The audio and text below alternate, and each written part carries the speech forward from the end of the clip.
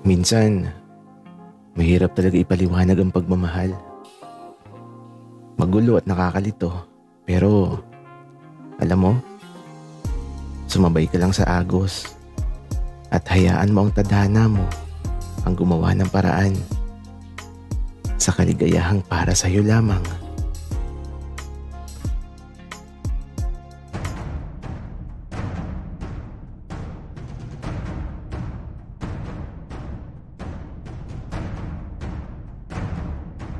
Kaibigan, huwag mong kalimutan mag-subscribe sa aming channel at huwag din kalimutan i-click ang notification bell at subscribe button. Subscribe na!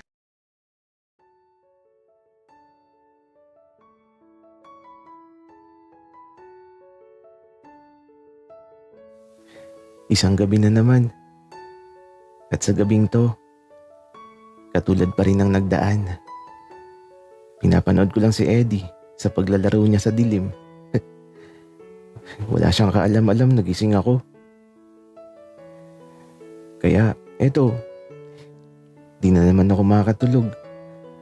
Marami kasing mga bagay ang naglalaro sa isipan ko. Mga bagay na tila ba hindi ko maunawaan. Kagaya kanina nung hinahawakan ko ang mukha ni Eddie. Kinakabahan talaga ako kaya pinapikit ko na lang siya kasi naman nakatitig siya sa mga mata ko tapos ngiti ng ngiti. Di tuloy ako makapokus sa ginagawa ko. Basta, naguguluhan na talaga ako sa mga nangyayari. Buti nga't nakalimutan na ni Eddie yung tungkol sa halik. Kahit paano nawala yung kaba ko. Buti at nakalimutan na niya yung pinag-usapan namin tungkol sa halik. Kaya eto, buong gabi na naman akong gising. Nakatingin nga lang ako kay Eddie. Pinapanood ko lang siya habang natutulog. At aba, nagsasalita pa siya. Naririnig ko yung pangalan ko habang nagsasalita si Eddie. Kaya eto, pinakinggan kong mabuti. Ang sabi ni Eddie, wag daw akong tumakbo. Alo, bakit ako tatakbo? Ano kayang napapanaginipan niya? Napapaisip tuloy ako. At bago pa magbukang liwayway, sa wakas, nakaramdam na ako ng antok. Medyo maliwanag na. Nang tuluyan akong makatulog. Ang sarap ng tulog ko, kaya lang. Nagising din ako kaagad, kahit hindi pa sapat yung tulog ko. Kasi naman yung telepono ko, may tumatawag. Kaya lang pagmulat pa ng mga mata ko. Nakita ko si Eddie. Nakatalikod siya na parang bagong ligo. Tapos wala siyang suot. Kaya kitang-kita ko yung puwet niya. Gagi. At eto, si mama pa lang natawag. Kaya sinagot ko kaagad. At habang nagsasalita si mama sa telepono, pinapanood ko lang si Eddie na nagmamadaling magbihis kasi nga wala siyang suot na kahit ano. At ayun, pagkabihis niya, lumabas na siya sa silid namin. Si mama naman, eto, kinakamusta ako. Bakit daw tanghali na ako gumising? Sabi ko kay mama na masarap matulog dito sa dormitoryo. Kaya ayun, di din naman nagtagal na magkausap kami ni mama. Kaya ito, bumangon na din ako kaagad at lumabas na ako sa silid at eto, diretso sa kusina ng dormitoryo.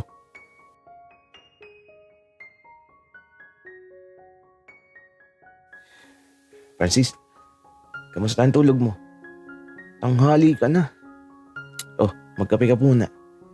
Ako nagtimpla niyan. Tsaka, bakit ang laki ng eyebag mo? Di naman ata effective yung mga ilalagay mo sa mukha mo. Effective yun, Eddie. Baka nasobrahan lang ako sa tulog. Tsaka mukhang fresh ko. Effective din sa'yo.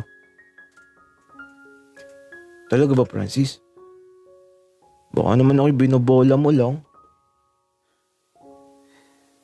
Bakit naman kita bubulahin, Eddie? At saka, salamat sa kape. Ang sarap mong magtimpla.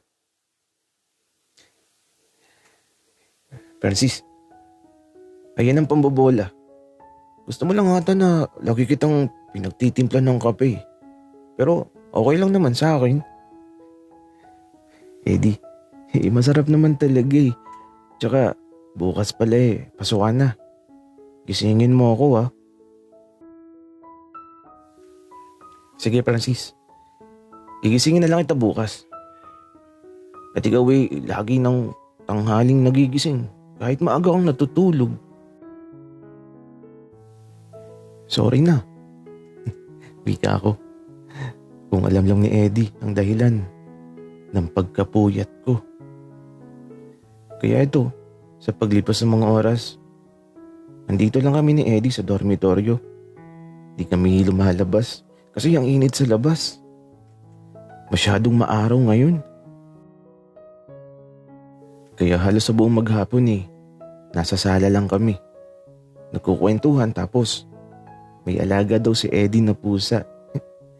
Pinky daw ang pangalan pero lalaki daw yun at kulay black. Natatawa tuloy ako. Pero napulot daw yun ni Eddie sa gitna ng daan. Muntik na nga daw siyang masagasaan dahil sa pusa na yun. At ako naman, madami din siyang tanong tungkol sa buhay ko. Pero wala namang espesyal sa akin. Maliban sa mga pink na gamit ko. At medyo boring ang araw na to. Walang masyadong nagaganap. Pansin niyo din ba? Si Big Boss kasi kulang na sa energy. Baka may gustong magpa-ice cream dyan. Ilalagay na lang ang Gcash niya sa dulo.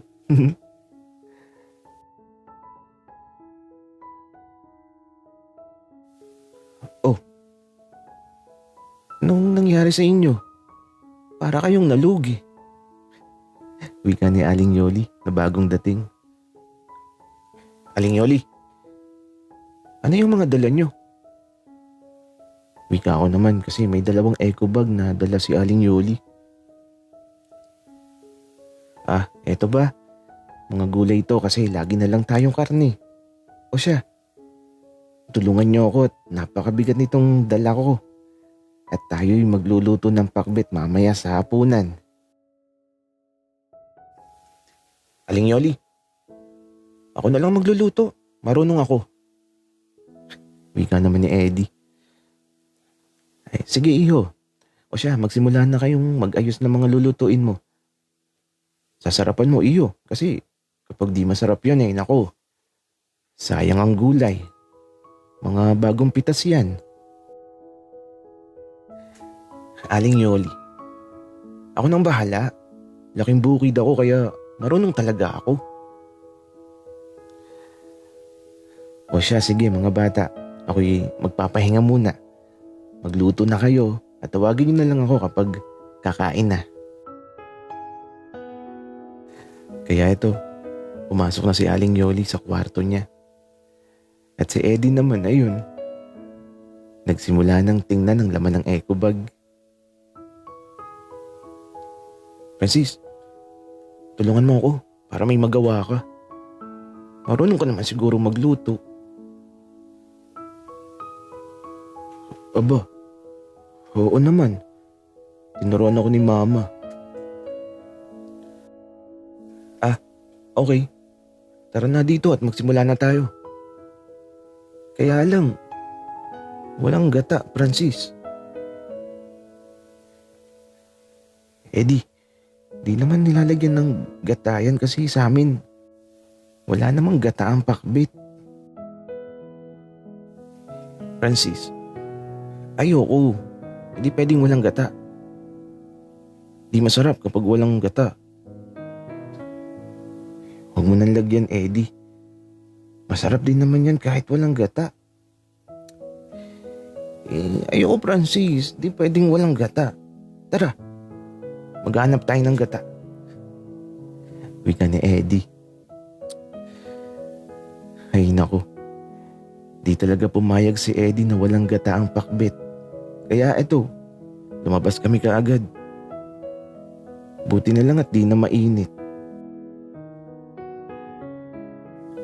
Eddie, masarap naman kapag walang gata. Ayoko, Francis. Di ako papayag na walang gata. Ay nako talaga. Parang bata eh. Gaano ba kasarap kapag may gata? Di ko pa kasi nasusubukan ng pakbet na may gata. Oh, pa-ice cream naman kayo. Ang init kasi. Ito Gcash ko. Thank you.